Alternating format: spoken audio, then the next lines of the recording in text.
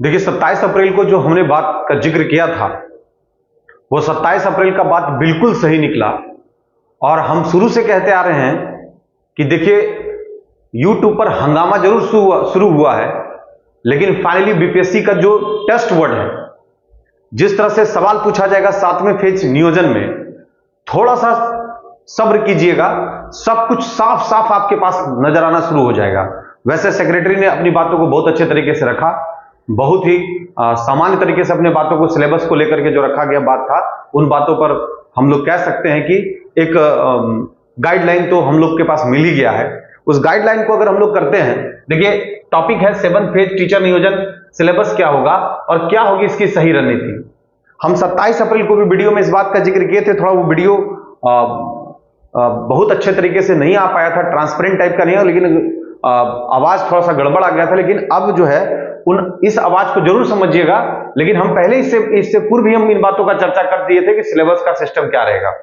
देखिए क्या है ना कि लोगों को लगता है कि चलिए सिर्फ हम शुरुआत कर रहे हैं, अपनी तैयारी का एक मुकाम शुरू कर रहे हैं, एक तैयारी का अप्रोच शुरू कर रहे हैं, लेकिन तैयारी के तह तक जाना सबसे इंपॉर्टेंट बात है।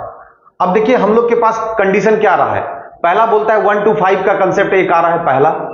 दूसरा आ रहा है हम लोग के पास 6 to 8 का, तीसरा आ रहा है 9th और 10th का, और चौथा हम लोग के पास आ रहा है 12th का। अब इसको जरा सा गौर से समझिएगा तो हमको लगता है कि आपको फिर कोई दिक्कत नहीं होगी और चीजों का बहुत अच्छे तरीके से समझ पाएंगे।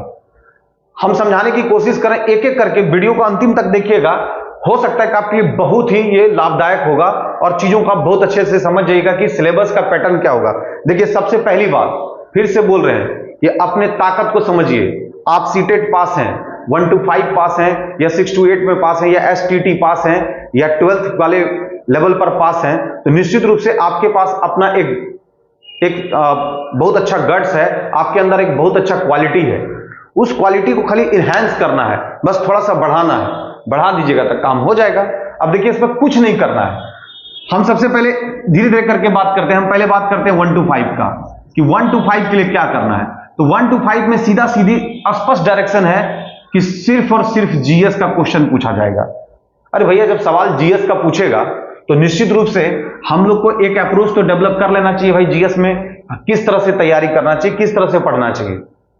अब जीएस के सिलेबस में लोगों को के दिमाग में चल रहा है कि जीएस को किसको कवरेज देगा, तो बस सीधा सीधी आधार मानिए बीपीएससी को। और जो इससे पहले जो प्रिंसिपल का एक एग्जामिनेशन हुआ था बीपीएससी के थ्रू, उसको बेस बनाइए। बीपीएससी प्रीलिम्स को, सिविल सर्विसेज को भी आप आधार बना सकते हैं, उधर भी बना सकते हैं, क्योंकि जीएस का कोई ऐसा लेवल थोड़ी है कि आप बोलिएगा कि नहीं ये 1 to 5 में थोड़ा हल्का क्वेश्चन पूछेगा, 6 to 8 में उससे थोड़ा भारी पूछेगा। आप ये हमको समझा दीजिए कि आप देखते होंगे कि बिहार एसआई का क्वेश्चन, बिहार दरोगा का क्वेश्चन कभी कभी कमजोर पड़ जाता है बिहार पुलिस के क्वेश्चन के सामने। पड़ता है कि नहीं, बताइए आप हमको। बहुत बार ऐसा हुआ है।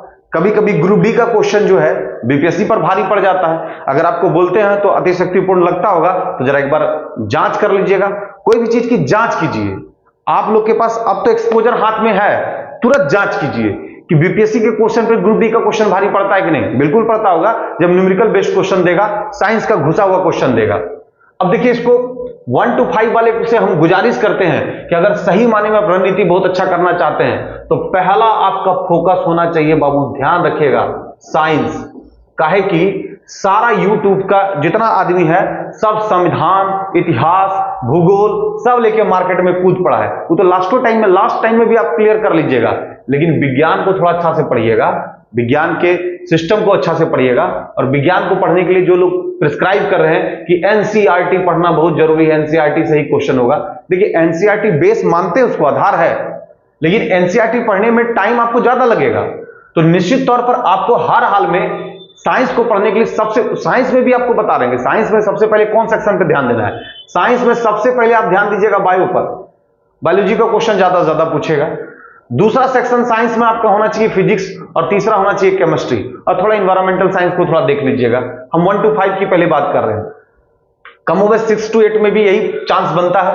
अब 6 to 8 वाले में मान लीजिए कि सब्जेक्ट से पूछता है तो सब्जेक्ट का पार्टिसिपेशन बढ़ा लीजिएगा, लेकिन साइंस का आपका सिस्टम सही रहना चाहिए। दूसरा बात है कि 1 to 5 में अगर हम लोग बात करते हैं, ध्यान दीजिएगा कि 1 to 5 में अगर आपको जाना है तो ये साइंस को ठीक करते हुए आपको कैसे पढ़ना है, इतिहास को, हिस्ट्री को समझिएगा। सबसे पहले हिस्ट्री में आप फोकस कीजिएगा मॉडर्न इंडिया, और मॉडर्न इंडिया में फोकस कीजिएगा। एकदम ध्यान रखिएगा, बात जो बोल रहे हैं वो बात एकदम सही निकलेगा, और सवाल अगर नहीं लड़ता है तो इसके लिए रिस्पॉन्सिबल हम हैं। ध्यान रखिएगा, ऐसा कोई सवाल नहीं होगा जो सवाल इसके थ्रू नहीं जाएगा, और हम तो लगातार इसके मूवमेंट में आएंगे और कोशिश करेंगे कि सब सवाल आप तक पहुंचा दें, और पहुंचा भी देंगे। और सारे वीडियो से आप देख लीजिएगा, क्योंकि देखिए कारण क्या है कि जो लोग भी पढ़ा रहे हैं वो एक सिस्टम है कि चलिए बहुत अच्छा प्रोपेगेंडा टाइप का सिस्टम हो रहा है, बहुत अच्छा फोकस हो रहा है, वो मानते हैं। लेकिन देखिए रॉ मटेरियल क्या है जिससे आपका सिलेक्शन हो जाए, तो हम रॉ मटेरियल पर काम करेंगे ना। तो याद रखना, हिस्ट्री में मॉडर्न इंडिया पर काम कीजिएगा बहुत अच्छा से, और मॉडर्न इंडिया में भी आपका काम होना चाहिए, ध्यान दीजिएगा, फ्रीडम मूवमेंट पर, यानी फ्रीडम मूवमेंट पर अच्छा से काम कीजिएगा। उसमें भी फ्रीडम मूवमेंट में गांधी जी को कंसर्न करके जितना ज्यादा क्वेश्चन हो सकता है उसको कोरिलेट कीजिएगा। क्योंकि गांधी जी को कंसंट्रेट कीजिएगा तो 1915 में उनका आगमन देखिएगा, उसके बाद 16 में साबरमती आश्रम की स्थापना को देखिएगा, उसके बाद आप जो है 17 में चंपारण सत्याग्रह का जो फर्स्ट लेबोरेटरी बिहार में बना था उन चीजों को देखिएगा। इसके अलावे 18 में अहमदाबाद और खेड़ा आंदोलन, 19 में फिर जालियाबाग। मतलब हम कहना ये चाह रहे हैं कि गांधी जी को कंसंट्रेट करके थोड़ा मॉडर्न इंडिया पर ध्यान दीजिएगा। अब ये मॉडर्न इंडिया का कहानी है, पहले इसको ठीक कर लीजिएगा, धीरे धीरे आप काम बढ़ाइएगा। दूसरा सेक्शन में आप आइएगा, दूसरा सीधा आप एंसेंट पर काम शुरू कीजिएगा, एंसेंट इंडिया, प्राचीन भारतीय इतिहास में। और बता देते हैं एंसेंट इंडिया में सबसे ज्यादा आपका फोकस वैदिक काल पर होना चाहिए। आपको जानना चाहिए वेद क्या है, वेदांग क्या है, उपनिषद क्या है, शिक्षा किसको बोलते हैं, कल्प किसको कहते हैं, निरुक्त किसको कहते हैं, उपनिषद में छांदोग्योपनिषद क्या है, जवालोपनिषद क्या है, उपनिषद टाइप का क्वेश्चन पर ध्यान थोड़ा दीजिएगा, यानी वैदिक काल को थोड़ा तवज्जो आप दे दीजिएगा, तो मेरे ख्याल से आपको कोई दिक्कत नहीं होगा। अब वैदिक काल के बाद आप किसको तवज्जो दीजिएगा, तो बौद्ध धर्म और जैन धर्म, इन दोनों से क्वेश्चन आपका जरूर आएगा, और इन दोनों को थोड़ा सा क्लेरिफाई करके पढ़िएगा, तो हमको लगता है कोई दिक्कत आपको नहीं होने जा रहा। हम इतना बता रहे हैं कि अगर ये पहले आप संभाल लीजिए, छोटा छोटा पहले पार्ट को क्लियर कीजिए, उसके बाद दूसरे जोन में जाइए, यहां से जोन चेंज कीजिए, हिस्ट्री में फंस के नहीं रखिए, सब सवाल हिस्ट्री का नहीं पूछा जाएगा। अब देखिए बिहार स्पेशल सवाल तो पूछेगा ही, और बिहार स्पेशल अगर सवाल पूछ रहा है तो ध्यान दीजिएगा कि बिहार से संबंधित जितना आंदोलन है उस आंदोलन को कनेक्ट कर दीजिएगा। यानी हम कह सकते हैं कि अगर आप फ्रीडम मूवमेंट को पढ़ रहे हैं, यानी स्वतंत्रता आंदोलन को पढ़ रहे हैं, तो उसमें बिहार को एक बार कनेक्ट करके पढ़ लीजिएगा तो आपका काम हो जाएगा। पहले एक पार्ट में पहले ये पढ़ लीजिए। अब हम आपको बताते हैं दूसरे पार्ट में क्या करना। दूसरे पार्ट में सबसे पहला टॉपिक पर आप ध्यान दीजिएगा, जिस टॉपिक का नाम होगा विधायिका, यानी जिसको बोलते हैं लेजिस्लेशन। और विधायिका में शुरू कीजिएगा काम अपना राष्ट्रपति से काम शुरू कीजिएगा। वैसे कार्यपालिका के प्रधान होते हैं, लेकिन विधायिका में इसलिए लेते हैं कि विधायिका से संबंधित चीजों को पढ़िएगा तो इंटरैक्टिव जोन राष्ट्रपति के साथ बहुत सारा चलता है।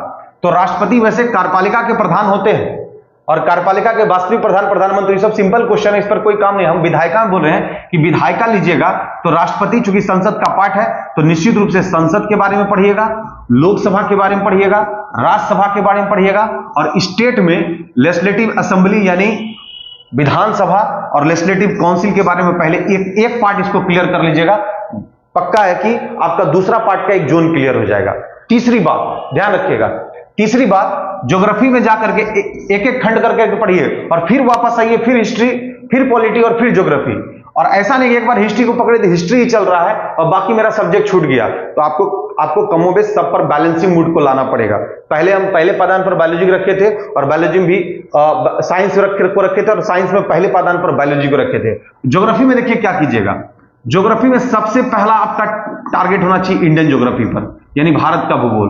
तो भारत के भूगोल में अगर आप भारत के भूगोल के बारे में पढ़ रहे हैं तो पहले पेनिसुलर इंडिया का पूरा डिटेल निकालिएगा, और इधर बे ऑफ बंगाल में जो अंडमान निकोबार का पूरा पोजीशन उसको देखिएगा, इधर का जो बाहर का पोजीशन उसको देखिएगा, यहाँ कौन कौन सा पर्वत है, कौन कौन सा ओल्ड फोल्डेड माउंटेन है, नीलगिरी का क्या कंसेप्ट है, अन्नामलाई का कैसा है, नल्ला मलाई कहां पर है, कौन कौन सा झील कहां पर है, उस झील की खासियत क्या है, कौन कौन सी नदी है दक्षिण भारत में, तमाम ऐसी चीजों को एक बार कंप्लीट आप कर लीजिएगा। सवाल यहीं से पूछेगा और सवाल पर फोकस आपका होना चाहिए। जो बात बता रहे हैं ना, इस बात को गौर कीजिएगा, और ये कोई जरूरी नहीं कि आप किसी से पढ़िए, जरूरी इस बात का है कि आप जो सिलेबस आपको डिफाइन कर रहे हैं उस सिलेबस पर काम आपका बहुत अच्छे तरीके से होना चाहिए। चलिए ज्योग्राफी को भी हटाइए, यहां इतना पढ़ के आगे बढ़िएगा। आइएगा इकोनॉमिक्स में। इकोनॉमिक्स में जीडीपी, जीएनपी, ध्यान रखिएगा, एनएनपी, इसके बाद इन्फ्लेशन पर यानी कि मुद्रास्फीति पर, इन्फ्लेशन, डिफ्लेशन, ये सब, और बैलेंस ऑन द पेमेंट का सिस्टम यानी कि आरबीआई के बारे में थोड़ा सा देखिएगा कि RBI reserve bank of India कैसे कैसे काम करती है, उससे संबंधित क्वेश्चन को आप देख लीजिएगा। एक पार्ट इसको देखिएगा, फिर आगे बढ़िएगा। इकोनॉमिक्स रहेगा तो लगेगा सब सब्जेक्ट को हम टच करके आगे निकल रहे हैं। अब देखिए कि करना क्या है। आता है मेडाबल इंडिया। अब एंशिएंट बहुत पहले बता दिया, मेडाबल के बारे में बाद में बात कर रहे हैं। तो मेडाबल में दिल्ली सल्तनत से संबंधित इसका सबसे पहले आप प्रशासन के बारे में बढ़िया से पढ़ लीजिएगा। निश्चित रूप से एक क्वेश्चन आएगा, जैसे प्रशासन में दीवाने कोही नाम सुने होंगे, दीवाने बंदगान सुने होंगे, दीवाने रिसालत सुने होंगे, इस तरह का बहुत सारा वर्ड का यूज किया गया है। उन सारे वर्ड के बारे में आप पढ़ लीजिएगा, तो मेरे ख्याल से एक काम हो जाएगा। और मुगल में, अगर मुगल में एंट्री करना है तो मुगल में सबसे ज्यादा कंसंट्रेट अकबर को कर दीजिएगा। निश्चित रूप से यहां से एक सवाल पूछने का चांसेस बनता है। देखिए आपको चैप्टर बनाना पड़ेगा, और हम क्या करेंगे कि इसका एक चैप्टर बना के आपके पीडीएफ फाइल पर भेज रहे हैं, और आप एक एक करके काम खत्म करना शुरू कर दीजिए, तो शायद आपको ज्यादा बेहतर लगेगा। यह हो गया मेडाबल का। अब इकोनॉमिक्स हो गया, ज्योग्राफी हो गया, एक चैप्टर आपको होमवर्क टाइप का दे रहे हैं। आपका मॉडर्न इंडिया का हो गया, इसके बाद मेडाबल इंडिया का देख लिए, एंशिएंट का देख लिए, सबका देख लिए। साइंस में तीनों सेक्शन में देखें। अब आपका सवाल है कि सर फिजिक्स में पहले कौन से चैप्टर को तवज्जो देना चाहिए, या बायोलॉजी में कौन से चैप्टर को सबसे पहले जगह मिलना चाहिए। तो हम तो आपको बताएंगे कि बायोलॉजी से संबंधित अगर क्वेश्चन को डिफाइन करना है तो तीनों को कोरिलेट करके पढ़िएगा। याद रखिएगा कि प्लांट और प्लस एनिमल, इन दोनों के बारे में पहले क्लियरफाई कर लीजिएगा। तो प्लांट से संबंधित कुछ क्वेश्चन बहुत अच्छा पूछ रहा है, तो प्लांट पर अच्छा पढ़ाई कर लेना है, और एनिमल से संबंधित काम को कर लेना है। ये हम 1 to 5 और 6 to 8 ये दोनों के बारे में आप लोगों को बता रहे हैं कि दोनों के लिए ये जीएस का पैटर्न सबसे इंपॉर्टेंट होगा। रहा बायोलॉजी का बात, तो ह्यूमन बायोलॉजी में संबंधित जैसे कि हमारे ब्रेन का क्या क्या फंक्शन है, आइज का क्या है, नेजल चैम्बर कैसे काम करता है, हार्ट कैसे काम करता है, लंग्स का क्या फंक्शन है, किडनी का क्या फंक्शन है, लीवर कैसे काम करता है, हमारे में डाइजेस्टिव एंजाइम कैसे कैसे काम करता है, कौन सा कार्बोहाइड्रेट को पचाता है, कौन प्रोटीन को पचाता है, कौन लिपिड को एमल्सिफाइड करता है, ये सब क्वेश्चन को पढ़ना पड़ेगा, बढ़िया से पढ़ना पड़ेगा, तब जाके आपका सिलेबस का एक कवरेज होगा। और रहा बात करंट अफेयर्स का, तो हम दावे के साथ बोलते हैं करंट अफेयर्स भी पूछेगा।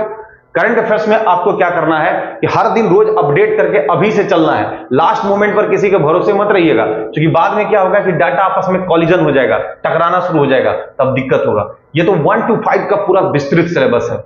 लेकिन अगर 6 to 8 की बात करें तो 6 to 8 में कमोबेश यही सिलेबस रहेगा, लेकिन उसके सब्जेक्ट का पैटर्न होगा।